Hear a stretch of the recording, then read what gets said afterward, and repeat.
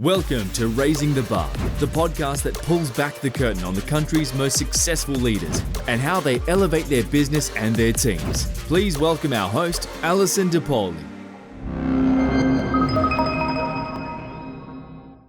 Welcome to the newest edition of Raising the Bar Live, where we talk all about actually health insurance this time and things that you can do to both improve your user experience and your spend. I am in a new space today, Pouch 6 Productions in Austin. If you're in Austin, check them out. And I am talking today to James Walsh and Thomas Wagner from Medxoom, and we are going to talk about how technology can save your budget, improve your user experience, and keep you out of the Department of Labor eyesight at the same time. Thank you so much, you two, for joining me today. Thank you. Excited to be here. So we share a love of a common quote. If you want to pay less for healthcare, you got to pay less for healthcare, from our friend Dutch Rojas. Who doesn't love Dutch? Well, who doesn't? But tell me a little bit about how Medxoom helps us pay less for healthcare. Sure. It's, you know, I've used that quote many times, you know, after learning it from Dutch. And it's a great quote because when you think about the discovering of prices for different procedures or CPT codes in healthcare, the entire system has been built against the consumer. Yep. And when you can actually bring to light that there are actual costs for procedures and there are different costs for procedures, it puts the power back into the consumer's hands and to the healthcare plan's hands as well. Do you see people get a little freaked out at the variance of cost? Yes and no, and I say no because I'd say the vast majority of people still don't know. Yep. I get some pretty irate people. What do you mean it costs this and we can get it for this? I'm like, well... I mean, I think the best analogy I ever heard about it is, and this relates, I believe, to pretty much everyone. You need to put gas in your car. You go to a gas station.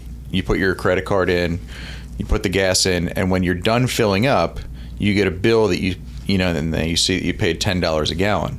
Yet the store or the gas station next door, it was $2.50 a gallon. Mm-hmm. I think that is like the most perfect analogy as to how healthcare prices for the exact same procedures are different from one building to the next. And within the same. Exactly. Even within the same building. Very true.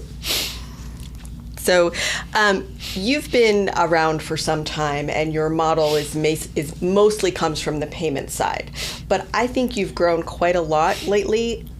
How much more growth how many more employers are coming to you and saying, we have a problem and we'd like to fix it now? Because I think employers have had a problem for a long time, but many more seem willing to fix it. I think you're seeing it a lot more now. Medxoom as a business has actually looked more at the enterprise level, and that's not in terms of size of client, but it's actually how we go about obtaining our clients. And we've worked really with the health plans and the third-party administrators to get those employer groups onto the platform. We don't go direct to employer, but we do see third-party administrators bringing on hundreds, if not thousands, of groups at a given time because the overall platform and the capabilities, it just resonates across their entire book of business now. So to me, you are the missing connection piece between alternate payment methods and employers, because there have been a couple of points that have made it very challenging for an employer to do those things, even if they want to. It's a really great way to say it. The way I look at our business is we work with a lot of really smart organizations and a lot of really smart brokers and health plan administrators. And what I've found and what I've learned, because I come from outside of the healthcare space, is that these people have amazing ideas as to how to solve the challenges that the everyday American and the employers are dealing with, but they've never had the tools. Mm-hmm. One thing that our platform brings is it gives them additional technology tools to now execute on the ideas that they've had for years on end. And that's what's been so rewarding to see some of the success stories, not from our standpoint, but from our client standpoint. Yep. I was just up with one of our clients in Wisconsin, And 2 of his employer groups were just nominated to receive national awards, where both CEOs are going to be honored on Capitol Hill. I believe it's next week. And it's because of how they've shifted their entire health paradigm and really brought more affordability back to their employers. And I'm not going to say that we are the reason that is, but we're a component of it. And it's pretty neat to see.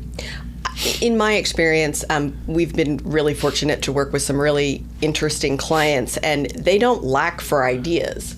They lack for how to.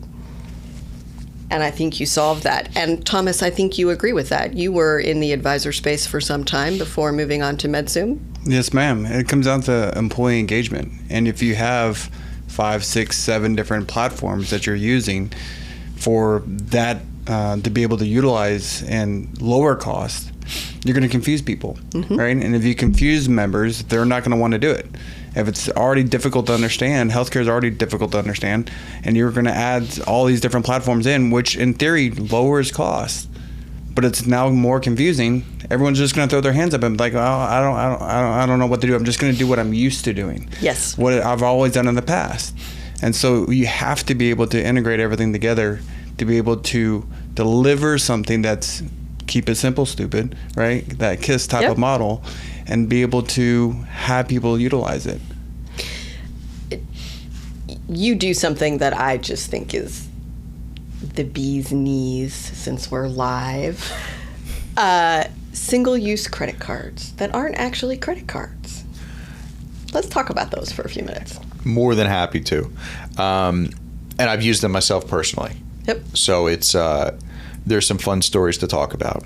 So when you think about, again, the cost of healthcare, traditionally, most people, when they walk into a facility or a doctor's office, they hand over the plastic ID card for their insurance carrier. There are certain costs associated with handing that card over. Network rates, pre-negotiated rates for different codes and procedures. When you can actually just simplify a healthcare transaction of a member walking in to a doctor's office saying, this is what I need, or it's pre-scheduled, and that facility informs you ahead of time what the price is, you can simply just have a closed loop transaction where you're a member walking into an office and paying for a service and walking out, and that's it. There's no claim, there's no administration. The member wins, the plan wins, and the facility usually wins, even though they're almost, and what our data shows it, almost 100% of the time accepting less money for the cost of that care. They don't have any administrative work on their end to go capture member responsibility, to go pay their revenue cycle management company, to go process the claim. It's just much easier. So yeah, we've created a technology where plans have the ability to load plan dollars onto virtual single-use credit cards that members can use at the time of service. And like I said, I've used a couple of them for myself and for family members. So in my mind, that solves 2 problems. So the first is, it is really not that difficult to negotiate a cash price with most providers. I know that is really an alien concept to most people, employers, employees, patients, almost all people that don't do what we do. That is an alien concept, but it's really not that hard. Hi, I'm here to have this. How much does it cost? I don't have insurance. And after you get over the 2-headed look, it's like, oh, well, it costs this. And it is almost always less expensive than a PPO discount. And that is also very, very surprising to people. But the challenge there has been arranging payment at the time of service. So we've solved that problem. The other problem that often happens that you may or may not see, but you have solved, is that there are other companies that will help you do that, but the employer also has to pay for the service before the member enters the building. And that has proven challenging. And I know that because sometimes services are not, the final price is not done until the day before the surgery. It's really hard, even for a willing employer, you have to get somebody, they have to transfer the money, it has to go to the facility. With the single-use credit card, virtual credit card, literally the person comes in with their app. Yes, you have to use an app. Here's the credit card. The person behind the desk types it in, just like any other credit card, and the service is paid for. You work it out with the TPA, who works it out with the employer. There are some technicalities there, and the gist, you're fronting some money, you get paid pretty quickly. The provider gets paid the same day. They don't have any revenue cycle problem, and revenue cycle is probably the biggest problem that facilities have. So they'll take a cash price. Money in hand is really a powerful thing. It really is. And you made it sound simple. It almost is actually that simple. It doesn't need to be complicated. It doesn't need to be difficult for the member, for the plan, or for the plan administrator to be involved in that transaction. And even in what we found is that these are highly utilized in known, scheduled, upcoming procedures. Right. They haven't been used often in, say, emergency type situations, or you're standing in the office right now at the time of service and they can't see you. They haven't been used much, but they have been used and they've been successful. Yes. And so if a member is having an access to care issue and they can't get past, the glass window to actually see the doctor, we have been successful in working with our clients to get cards created in as little about 7 to 12 minutes to get that facility paid, to get that member seen. So I am not surprised to hear that, and not surprised to hear that is possible. You do need a relatively well-educated member in order for that to happen. Let's talk a little bit about how members are educated. And you have some very positive and some little bit tougher solutions for that. So here's the cool thing. Remember when I said that I've learned and worked with some really, really smart people and we've been able to help them work on their ideas? Yep. That's what it comes down to. So in the situations where a member is, having trouble gaining access and they need to get seen quickly, they've been educated by the broker, by the administrator ahead of time. In case this happens, do this. So they know exactly what to do. And here's the other part. All of the member support help is directly in the application as well. So whether it be a concierge, an advocate, member support, whatever terminology our clients want to use, the members know if I run into an issue, press this button and it's going to get me connected to the person my plan wants me to speak with to solve my issue right now. If you're an employer listening to this, I think it's really important that you hear the it takes a village part. So this is a little bit of a different workflow. Really, it's less work over time. Health plans have their own challenges. This work is a little bit different, but happens less frequently, and with a little bit of support is a diminishing issue. You might see it a few times in the beginning of when you've made changes, but as time goes on, people know what to do. They understand what to do. I also think having one app rather than 8 or 9, and everybody has an app. The network has an app, the TPA has an app, the carrier has an app, the mental health provider has an app, the PBM has an app. You can eliminate all of that. You can wrap it into one ecosystem. And I am a huge believer in 24-hour advocacy. And I know that often is a very unpopular opinion. It does cost a little bit, but the return on it is remarkable.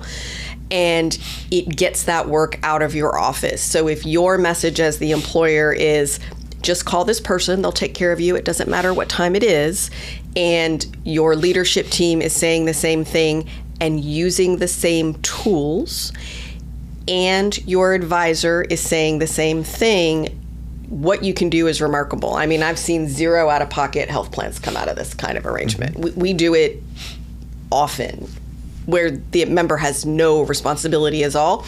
They do have to engage a little bit differently in the system, but they like it once they do it. No more ID card. They can go where they want to go. Doesn't cost them anything. It can be remarkable.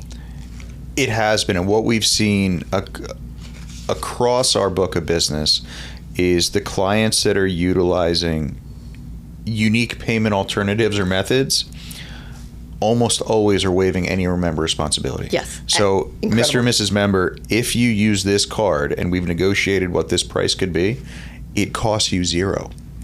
And there are enough tools now where you don't necessarily have to call somebody. You can build that into your plan. You know, people are having a love-hate relationship with the CAA. I think it's fantastic. Execution is a little challenging, but I think that the rule is fantastic. I mean, as an employer, do you buy anything else that you don't know what it costs before you pay for it? Me, never. I don't either. Do you? Nope. You go to the grocery store, look at the milk, look at the eggs. Exactly. Before you put it in your cart. And most people have no way of doing that now. The CAA it has the potential to change the overall landscape of healthcare as we know it for the country. Yes. It does bring consumerism to the forefront. But there are a couple challenges that I've already seen. The machine-readable files, and yeah, we can both laugh at it. The Matrix. Yeah, the matrix of it. I think what you're seeing is the execution of plans publishing the machine-readable files on a website where a member would have to, one, know it's there, two, be able to read a JSON file. Good luck. I mean, it's impossible. I can't. And three, find any tangible data of it. It's impossible. So the intent of being able to do that, it lands flat. Where Medxoom and other organizations, are using the data now readily available to make positive outcomes with these machine-readable files for members is really neat to see. It gives you the ability, if I'm a member, I can search for a provider, and if it's one of the 500 shoppable CPT codes, same directly in the application, I can see what the cost is. I can see what the plan would pay for this procedure. I can see what my responsibility would be. I can see what my remaining deductible and out-of-pocket max would be as well. And it's as simple as typing in, I need a knee procedure. Like just typing in KNE, it's going to autofill and going to show you all the different codes that could be associated with it. Now, as a member, you're probably not going to be educated on exactly what it is. But if you can then make a phone call or two and talk to support and saying, hey, listen, this is what my ortho is telling me I need. Can you point me in the right direction? Not only is your member support can have access to the same tool that you as a member have, but they're probably going to be able to decipher this is the CPT that you're going to have. Right. And now you can see exactly what the cost is going to be before you actually have it done. And that's 500 services this year. Next year it will be all services. I think it's all. Yeah. And I shouldn't say exactly. I think I said exactly last time. It's whatever that machine-readable file says. Which can change on a regular basis. Exactly. There's my little disclaimer. Yeah. Those pricing changes. Pricing is a little bit dynamic. And I would imagine right now pricing is a little bit more dynamic than it's been in some time. People are settling themselves with the supply chain issues and all the other costs that are changing. So, what are some of your best practices for engagement? So we've talked about advocacy. What about taking away somebody's physical ID card? What we found, and I think if you look back to January at the top of this year, which is traditionally the highest renewal period for any plan, a large portion of our clients actually did eliminate the plastic ID cards to get all the members to utilize, or not even utilize because they're using it, but to get everyone to download the application, because their benefits wallet or their digital ID card is now housed in there along with their plan documentation and all of the integrations. Like you said earlier, you have an app for this, an app for that. Yep. Well, now all of those different, unique components of your health plan are now located in one single spot. Let's go back to the CAA. So once we get past the machine-readable file issue, which, machine-readable files, they're not really meant for you or I to read them. They're meant for TPAs to read them and a machine. And a machine. Last I checked, we were human. So they're not really meant for us to read them. But when you give people that tool, they can literally find their surgeon. and then you can bundle the pricing from there with whatever service the employer is using, because that is not your domain, but it is your domain to let that live in your application. How much do people like that? Thomas has used the application not only by himself, but also for groups that he represented as well. I'd love to hear your take on it. No, they love it. I mean, you get the capability to be able to search for different medical procedures, and you get to see that, hey, this hospital A, just using your gas station scenario there, could be right across the street from hospital B, and they can have two varying different procedures, right?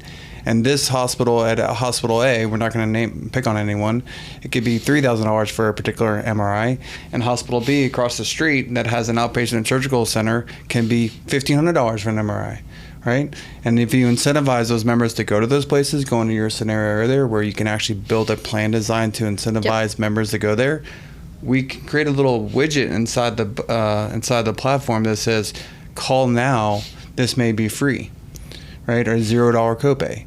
And so they're able to click on that. And who wouldn't? I mean, I would rather pay $0 than $3,000 for a procedure. I would as well. Some people would not, apparently. So what do you see next? Where are your biggest growth opportunities? I know some of them, and I'm looking forward to them.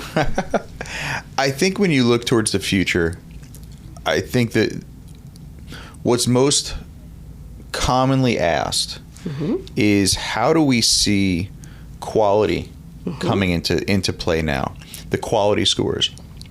And I think you've had some really good companies that have made some strides in the past. Yep. But I think we're seeing the next iteration of how do we actually take quality components, not only just, the 5 CMS, publicly known ratings, but how do you then take readmission rates? How do you then take, all the different data points that are now out there? There's some companies doing some pretty cool stuff.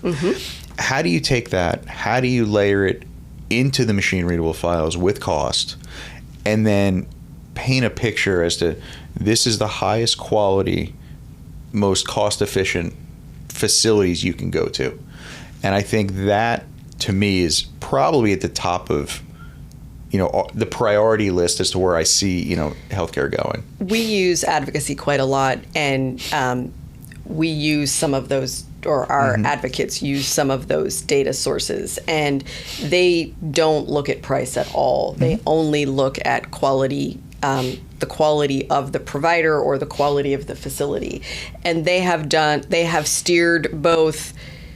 The conversation has been both, you know what, you've got a really high quality provider, but I see he or she wants to do the procedure at this facility. You know what, we'd really like you to go to this facility over here. It has a better quality score for this, that, or the other. And we'll cover that at 100%. At no time does price enter that equation, because honestly, nobody wants cheap healthcare, right? Nobody wants cheap, right? Most people value expensive with better. You don't get high quality when you've got somebody that does 20 knee replacements a year. You get high quality when they do 300. Maybe not when they do 1,000. You kind of have to balance that. But when you're doing 300 or 500 of something, you know what the complications are. You know what to look out for. You don't want to see the person that you have on your table again, so you tend to do a better job. And I think that's, to put that into the hands of an individual person is really something remarkable. See, what's unique and where we're starting to see it now is provider level quality data, not just facility. Because it's what you said, if you can get the surgeon that she does 300 knees a year, as opposed to the surgeon in the same facility that does 4, that's a big difference. And to figure out and know why that happens, and then be able to look at that data on those 300 procedures, that's the goal right there. It's key to not only containing costs, but getting care to actual people. I know the purpose of a high deductible health plan was to make people better consumers, but they don't know how to be.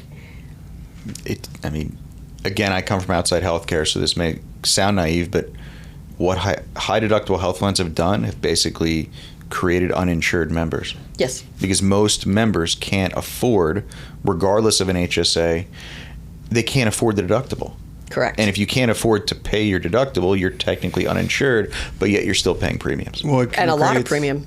Yeah, sorry. It creates catastrophic events that for future down the road, right? Mm-hmm. Because then people delay treatment. And as you delay treatment, you're just kicking the can further down. And then, boom, you have a heart attack. Boom, you have a stroke. Because you never went and got the preventative stuff done. Because you looked at it and said, I'm an hourly worker. I make $20 an hour. I can't afford. And so I don't even want to go into the doctor because I'm afraid of what the doctor is going to tell me. I'm afraid of what it's going to cost. I'm afraid of what they're going to tell me.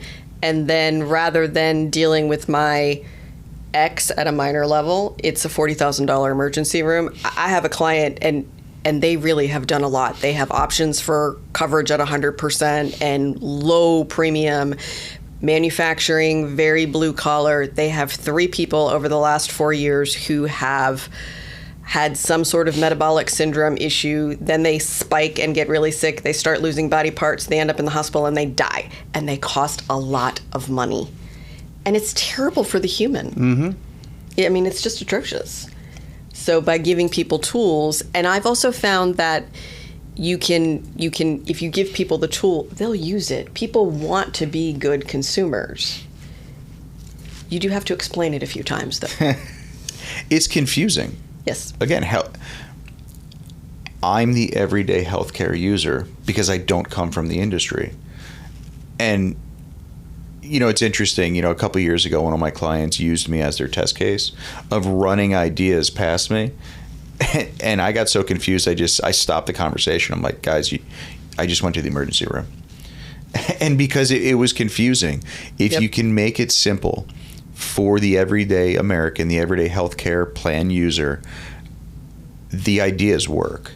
And it's being able to say it easily, give them the tools necessary to be successful. You will have a better outcome in your health plan. Let's talk about how you build a health plan around the app. Because I think you do have to build a health care plan around it to harvest it effectively. You're looking at me. I'm going to defer to Thomas on this one, though. He's the genius behind that. All right. Well, one of the things, going back to what you just mentioned earlier, I can tell you another thing that we did from a plan design standpoint. We had a cabinet manufacturer, had 200 employees in Dallas, outside of Dallas. And we, doing their analytics, saw that their male population had a preventative visit of about 10% of the male population over the age of 40. Horrible. Sounds about right. Horrible, right? Mm-hmm. These guys are hourly blue-collar workers, right? And what it came down to was HR, their company handbook, didn't... They could take the time off to go to the doctor, but they weren't getting paid. So they're not going to take the time off when they make $20 an hour. They're not going to take that hour or 2 hours Correct. Off to go to the doctor to get a preventative checkup. So we created a system to where they would actually get paid their normally hourly rate, plus they would get a bonus. Because it wasn't about going to the doctor, because the doctor, again, for preventative is free, right? Mm-hmm. Covered 100%. But it was losing that income during that time period.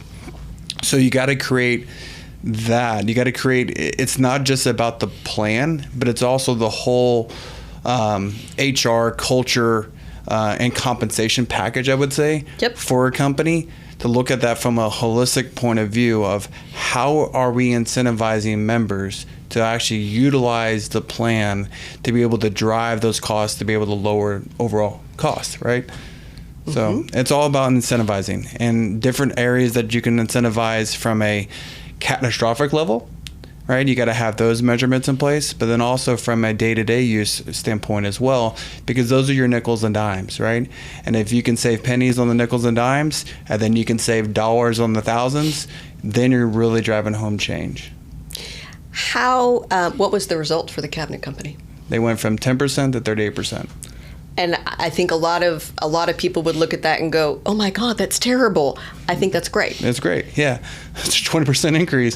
That's a big thing. Yeah, and so you're getting people seen. So you're catching high blood pressure early. You're catching high cholesterol early. You're catching elevated A1Cs early. Correct. And then you can make plans to address that. Yeah, and the whole thing was like, look, your preventative visits are going to go up, so your $200 office visits are going to go up, right? Mm-hmm. Which is fine. I would rather you pay $200 more for office visits than have a $200,000 heart attack come up, next Correct. year, right? Wouldn't you pay a little bit of preventative? That's what insurance is for, right? I think the key to that though is sitting down with the employer and the stakeholders and walking through what employee procedures have to do with a health plan. Mm-hmm. And I think particularly lower income workers often get caught in that, well, I understand that the visit is free, except I have to take off 2 hours from work, and I can't afford to take the 2 hours off from work. Yeah.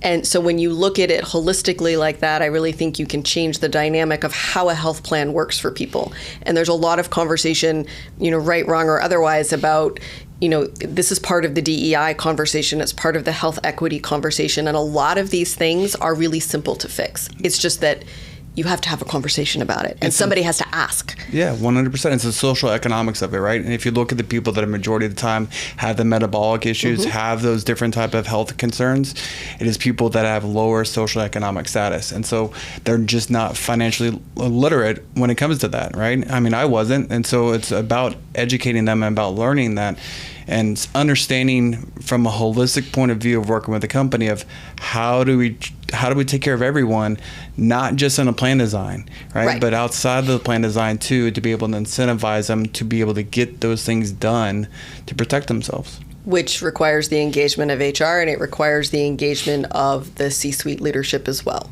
Mm-hmm. And I've always been a big proponent of executive leaders doing what they're asking everybody else to do. And it works remarkably well. It creates loyalty with employees too, right? Yep. If you can create loyalty with those employees, if you show those employees that you really care about them by doing those type of things, mm-hmm. you understand their social economic status, you understand on how this impacts their family, you're going to create that loyalty, and that your loyalty is going to create long-term tenured employees, and then you don't have to worry about turnover, right? It's a whole, and that turnover now is very aggressive, right, from a retention of standpoint of employees. So, yes, and I think one thing that is always surprising to people is that 90% of medical issues are not really medical issues. They're social determinant of health issues. So if you're addressing the social determinant of health issues, then you're cutting down on your large claims so you can cut the cost of healthcare because you're paying less. Exactly. We always come back to Dutch. Everybody always comes back to Dutch. So I think we're going to leave it there today. Thank you. Thank you. Thank you. It's been awesome. And we will see you next time. We hope you've enjoyed this episode. Raising the Bar is powered by Altique Consulting, the country's leading independent expert in healthcare cost containment. Astute employers know there's a better way to offer health insurance, and we help them achieve it.